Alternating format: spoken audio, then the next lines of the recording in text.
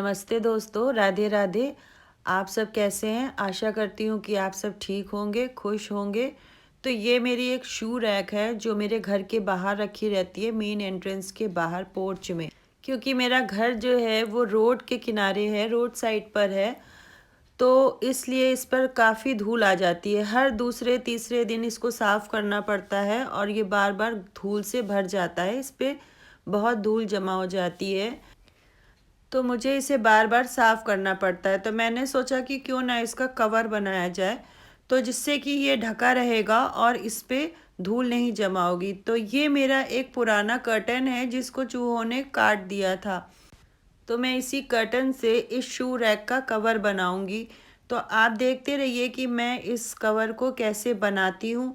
Please मेरा video last तक देखिएगा, जिससे कि आपको पता चले कि कैसे बनता है। तो सबसे पहले हम इसको खोल लेंगे, इसकी जो प्लेट्स पड़ी हुई हैं वो भी खोल लेंगे, और इस पर जो हुक्स लगाने वाली, पर्दे टांगने वाले जो हुक्स लगते हैं, वो लगाने वाली जो पट्टी लगी हुई है उसको भी हम खोल लेंगे। जब हम ये पूरा पर्दा खोल लेंगे उसके बाद फिर हम ये कवर बनाएंगे। तो आप जैसे कि देखेंगे इसमें कि मेरा जो ये पर्दा है इसमें वर्टिकल लाइनें हैं, तो मुझे इस बात का ध्यान रखना पड़ेगा कि पूरा कवर जो है वो वर्टिकल लाइन के हिसाब से ही बने। तो सबसे पहले हम इस रैक का पीछे का साइड नाप लेंगे, जितनी इसकी चौड़ाई है उस हिसाब से हम पर्दे को ले लेंगे, कपड़े को, और उसके बाद उससे हम 2 इंच ज़्यादा कपड़ा छोड़कर उसको कट कर लेंगे। जितनी भी इसकी चौड़ाई है और जितनी भी इसकी लंबाई है, जितनी इसकी हाइट है, उस हिसाब से हम इसको कट कर लेंगे। और कट करने के बाद फिर हम इसके साइड कट करेंगे, क्योंकि इसमें जो लाइनें हैं वो वर्टिकल हैं और मेरा पर्दा जो है वो कटा हुआ है, इसलिए मुझे इसे 3 पार्ट्स में काटना पड़ेगा। अगर आपका पर्दा जो है उसका प्रिंट पूरा एक सा है, तो आप पीछे का हिस्सा और साइड का हिस्सा एक साथ नापकर काट सकते हैं।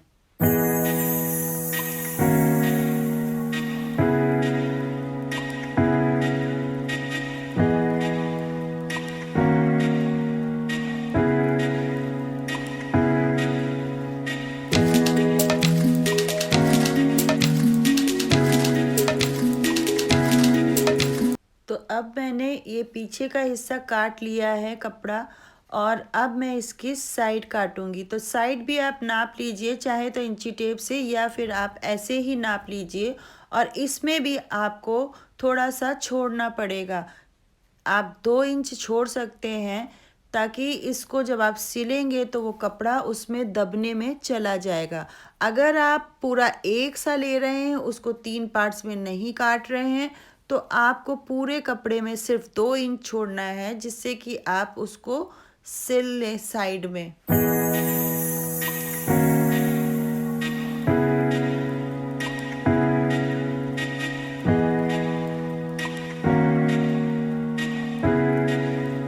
अब मैंने ये तीनों पीस रख लिए हैं, और जो इसका पीछे का हिस्सा था चौड़ा वाला, उसको हम सीधा रखेंगे, और उसके ऊपर हम साइड वाला जो पार्ट है उसको उल्टा रखेंगे, और इन दोनों को हम आपस में सिल देंगे।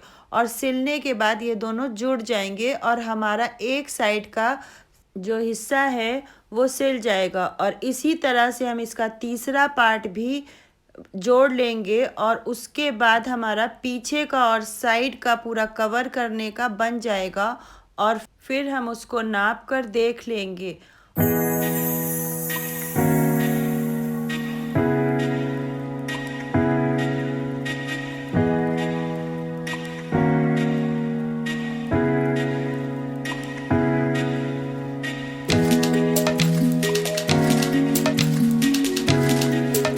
अब हम हमारा ऊपर का हिस्सा जो है उसको नाप लेंगे, वो कितना चौड़ा है और कितना लंबा है, उसकी गहराई कितनी है, और उसके हिसाब से हम फिर कपड़े को काट लेंगे। और इसमें भी हमको थोड़ा थोड़ा कपड़ा दोनों साइड छोड़ना पड़ेगा, जिससे कि वो सिलने में चला जाएगा।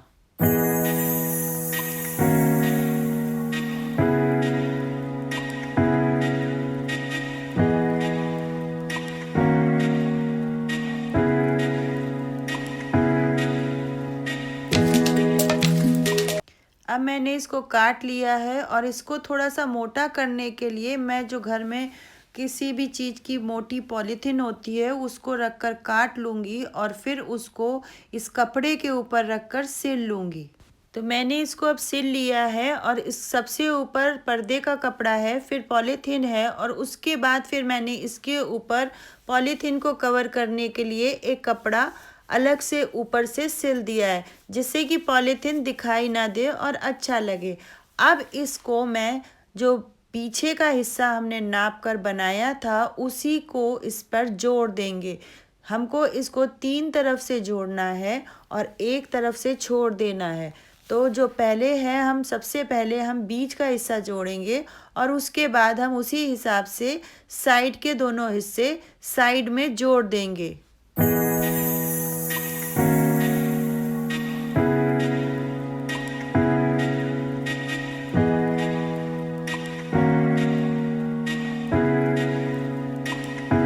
तो अब मैंने ये पीछे का हिस्सा जो है वो जोड़ दिया है और अब इसी हिसाब से हम इसके साइड के हिस्से भी जोड़ देंगे।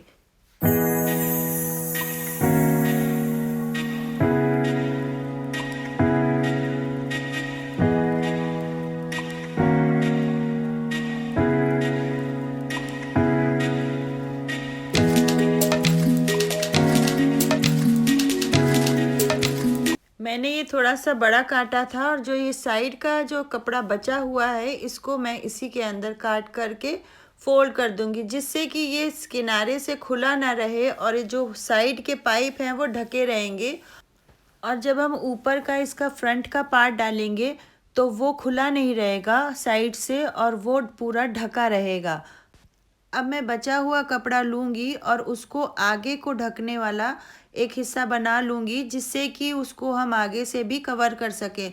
तो जो आगे का हिस्सा होगा वो ज़्यादातर उतना ही नाप का होगा जितना कि पीछे का हिस्सा हमने बीच वाला नापा था।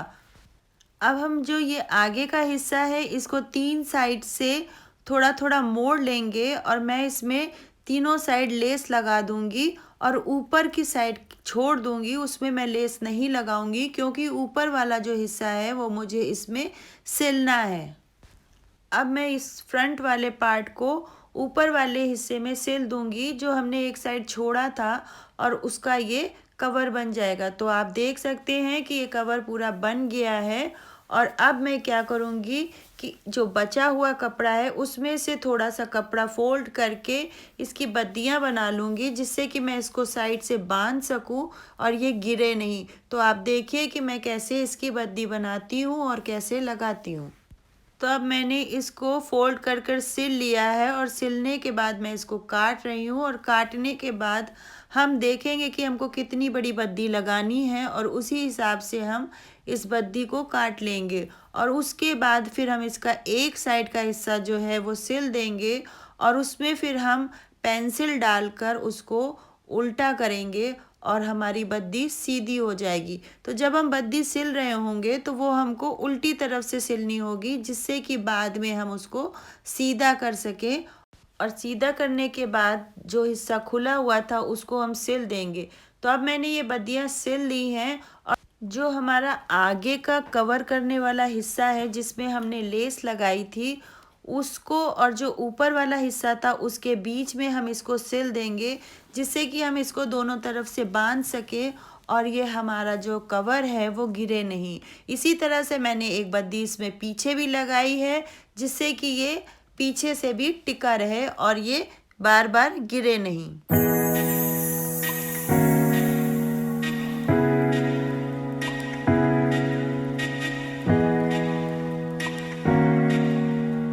कवर सिलने के बाद मैंने इसमें ऊपर भी एक लेस की पट्टी लगा दी थी, जिससे कि ये अच्छा लगे और चारों तरफ इसमें लेस लगी हुई दिखाई दे। तो अब उसी बची हुई लेस का मैं एक फ्लावर बनाऊंगी और फ्लावर बनाने के बाद मैं इसके आगे के हिस्से में लगा दूंगी। तो आप देखते रहिए कि मैं इसका फ्लावर कैसे बनाती हूँ। बहुत सिंपल है। इस शू रैक के कवर बनाने का मेरा एक और मकसद था, क्योंकि मैं अपने एंट्रेंस एरिया का मेकओवर करने वाली हूँ।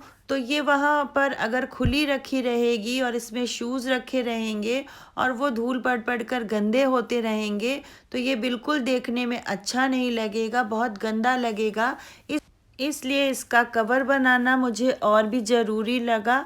तो दोस्तों मेरे पास एक और शू रैक है जो घर के अंदर रखी रहती है, लेकिन ये बाहर रखी रहती है क्योंकि हम जब बाहर से आते हैं तो अपनी सारे जूते चप्पल जो शूज़ हैं वो उतार करके इसमें रख देते हैं और जो घर वाले हैं उनको हम पहन लेते हैं। इससे बाहर की जो गंदगी होती है वो घर के अंदर नहीं आती है, कीटाणु जो होते हैं वो घर के अंदर नहीं आते हैं और घर साफ भी रहता है। तो मेरी ये शू रैक बनकर तैयार है। आपको कैसी लगी ये आप मुझे कमेंट करके ज़रूर बताएं और अगर मेरा वीडियो आप लोगों को अच्छा लगता है तो उसे लाइक करें और सब्सक्राइब करें। मेरा एंट्रेंस का जब मेकओवर मैं करूँगी तो आप लोगों को उसके बारे में दिखाती रहूँगी और बताती रहूँगी। अब मैं मिर्ची का अचार डालूँगी। तो दोस्तों मैंने ये मिर्ची ले रखी है हरी वाली, ये थोड़ी सी मोटी हैं और बड़ी वाली हैं। तो इनको मैंने धोकर साफ़ कर लिया है और सूखे कपड़े से पोंछ लिया है और उसके बाद मैंने इनको सुखा लिया है थोड़ा सा, जिससे कि इसका पानी मर जाए, ख़त्म हो जाए और ये मिर्ची ख़राब ना हो। तो अब मैं सारी मिर्चियों की डंडियाँ तोड़ दूँगी क्योंकि अगर डंडियाँ लगी हुई हम मिर्ची डालेंगे तो मिर्ची ख़राब होने के चांसेस ज़्यादा होते हैं। इसलिए मैंने इनको सारी डंडियाँ तोड़ ली हैं और उसके बाद मैं इनको बीच से कट कर लूँगी। मैं 2 तरह से इस मिर्ची का अचार डालूँगी, तो आप देखते रहिए कि मैं इस मिर्ची का अचार कैसे डालती हूँ।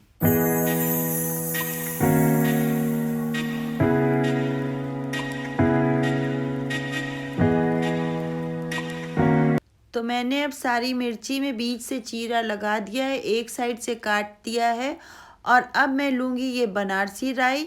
दोस्तों ये बनारसी राई पीले रंग की जो होती है वो वाली मैंने ली है। ये थोड़ी खट्टी भी होती है और इसका टेस्ट भी अच्छा आता है। तो बनारसी राई ली है, उसके बाद मैंने मेथी ली है, धनिया ली है, सौंफ ली है, कलौंजी ली है और ये थोड़ा सा जीरा लिया है। तो अब मैं आपको बताती हूँ कि मुझे इसमें कितना कितना क्या डालना है। तो सबसे पहले मैंने सौंफ ली है और ये मैंने 4 चम्मच सौंफ ली है क्योंकि सौंफ का टेस्ट बहुत अच्छा आता है। और उसके बाद फिर मैं धनिया लूँगी। अगर आप 4 चम्मच सौंफ ले रहे हैं तो 3 चम्मच धनिया लीजिए।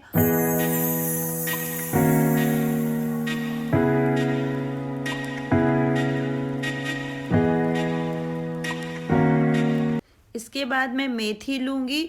मेथी मैं 1 चम्मच लूँगी और वो भी बहुत ज़्यादा भर कर नहीं, क्योंकि दोस्तों मेथी अगर हम ज़्यादा डाल देंगे तो हमारा अचार कड़वा हो जाएगा और वो एकदम टेस्ट उसका गंदा आएगा।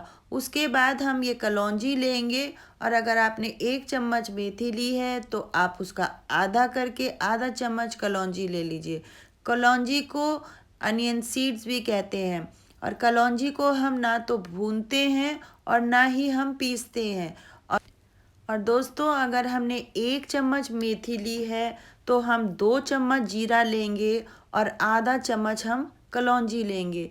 इस हिसाब से आप अपने अचार का मसाला तैयार कर लीजिए। जितना भी आपके पास अचार है बनाने के लिए मिर्ची है, आप उस हिसाब से अपना मसाला तैयार कर लीजिए। मैंने सरसों का तेल लिया है और उसको मैंने गरम करने के लिए रख दिया और इसको मैं उतना गरम करूँगी जब तक कि इसमें से हल्का सा धुआं ना निकलने लगे।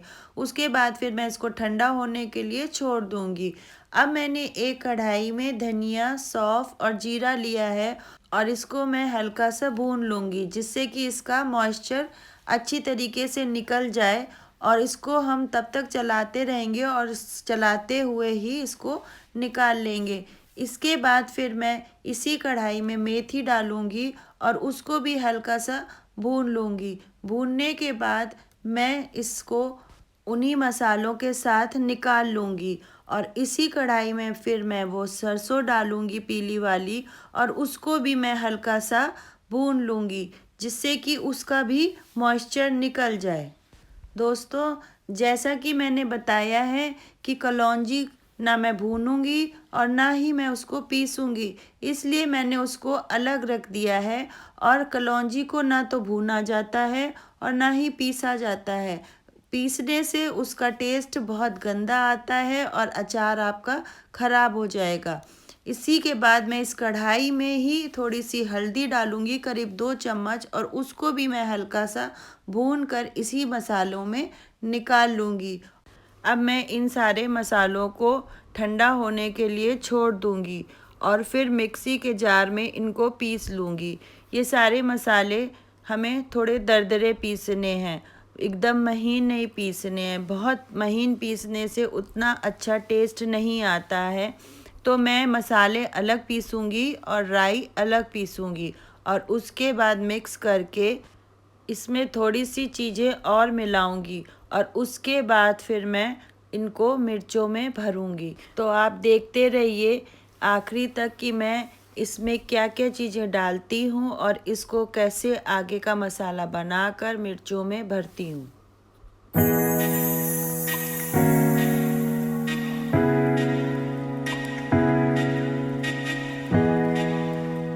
तो मैंने मसालों में 4 चम्मच पिसी हुई राई डाली है, जो आधी चम्मच कलौंजी थी वो डाली है, और अब मैं इसमें 2 चम्मच कश्मीरी लाल मिर्च डालूंगी, जिससे कि हमारे अचार में बाजार जैसा कलर आएगा।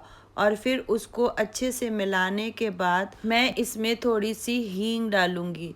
मैं इसमें करीब 1 चम्मच छोटा हींग का डाल रही हूँ। उसके बाद मैं इसमें करीब 2 चम्मच नमक डालूंगी, क्योंकि नमक अचार में थोड़ा सा तेज अच्छा लगता है, इसलिए नमक थोड़ा सा ज़्यादा पड़ेगा।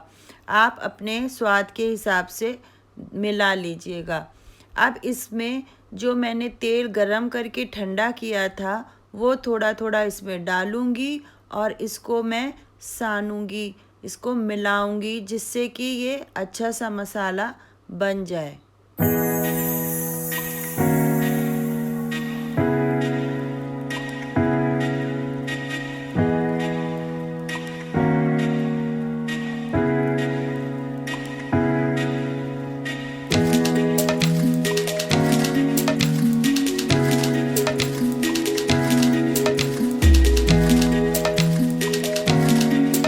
अब मेरा ये मसाला बिल्कुल तैयार है और अब मैं इसमें करीब 1.5 से 2 चम्मच वेनिगर डालूंगी। वेनिगर आप कोई भी डाल सकते हैं। वेनिगर डालने से आपका अचार जल्दी ख़राब नहीं होगा और सालों तक चलेगा। आप इसको कई महीनों तक ऐसे ही रख सकते हैं और इसको खा सकते हैं। तो अब मैंने क्या किया है कि ये सारे जो मिर्चे मैंने बीच से काटे थे उनको भर रही हूँ। तो आधे मिर्चे मैं भरूँगी और आधे मिर्चे मैं काट कर उसका अचार डालूँगी। मेरे बेटे को भरा हुआ मिर्चा अच्छा लगता है, इसलिए मैं इसको भर रही हूँ, क्योंकि उसको कटे हुए में बोलता है कि मसाला नहीं आता उसमें। तो इसलिए मैं आधे मिर्चे भरूँगी और आधे मिर्चे मैं काट के डालूँगी। मेरी मिर्चियाँ बहुत लंबी हैं, बड़ी हैं, इसलिए मैं इनको बीच से 2 टुकड़े करके जार में डाल रही हूँ। ये जार मैंने पहले अच्छे से धो लिया था और इसको अच्छे से सुखा लिया था, जिससे कि इसमें बिल्कुल भी पानी ना रहे। अब मैं बची हुई मिर्चियों को काटूंगी। तो ये मिर्चियाँ मैं कैंची से काट रही हूँ, क्योंकि कैंची से मिर्चियाँ जल्दी कट जाती हैं और हाथ में उतनी जलन भी नहीं होती है। और मिर्चियाँ काटने से पहले आप हाथ में थोड़ा सा तेल या घी लगा लें। अब मैंने मिर्चियाँ काट ली हैं और इसमें मैंने मसाला मिला दिया है। अगर आपको मसाला थोड़ा कम लगता है तो आप इसमें और मसाला मिला लें। मैंने तो उतना ही मसाला मिलाया जितना हमारा बचा हुआ था। जो तेल हमारा बचा हुआ था उसको मैंने इसमें डाल दिया है और उसके बाद मैं इसको अच्छे से मिक्स करूँगी।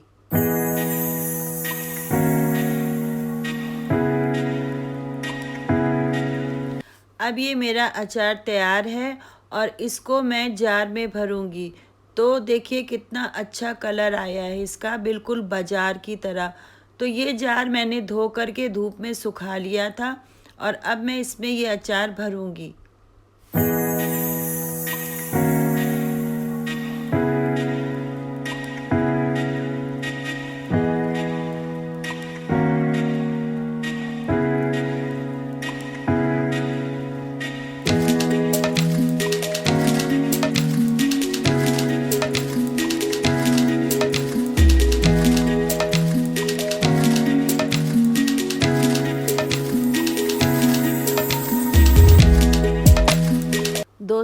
अब मेरा अचार बनकर तैयार है।